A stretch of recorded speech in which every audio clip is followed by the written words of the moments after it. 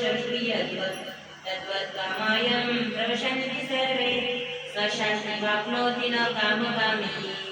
आता याच्यामध्ये समुद्राचा दृष्टांत दिलेला आहे. ते समजण्यासाठी की ज्या समुद्र जो आहे, समुद्राला सगळ्या नद्या येऊन मिळतो. मिळाल्यावर तो आपली मर्यादा ओलांडतो नाही, तो स्थिर राहतो. अशा पद्धतीने आजूबाजूचे लोक पाहून, आजूबाजूचे खाद्यपदार्थ पाहून, आजूबाजूच्या लोकांची वर्तणूक पाहून हाही काय असतो, स्थिर असतो. या पद्धतीने समुद्र स्थिर अवस्थेमध्ये असतो. हा विचलित होत नाही. त्याला एकाच वेळी 10 नद्या या का 15 नद्या या, हा स्थिर राहतो आणि याच्यामध्ये सर्व सामोरं घेण्याची क्षमता असते. अशाच पद्धतीने हा व्यक्तीही बनून जातो. हा स्थिर प्रज्ञ व्यक्ती बनत असतो.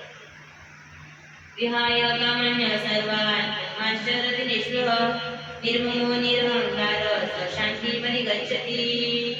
आणि असाच सर्व कामनाचा त्याग करून हा जो पुरुष आहे, हा स्थिर प्रज्ञ, अहंकार ममता इच्छा सर्व भावनांचा त्याग करून शांती मध्ये गच्छति, म्हणजे त्याला शांती प्राप्त होते.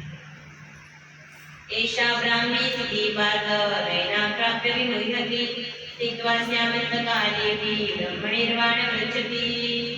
आणि आता याला कोणती स्थिती म्हणते, ब्राह्मी स्थिती.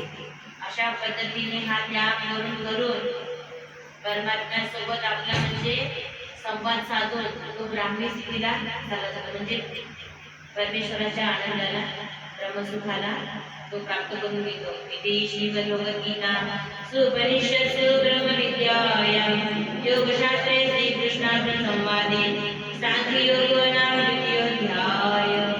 श्री गोपाल कृष्ण महाराज की जय.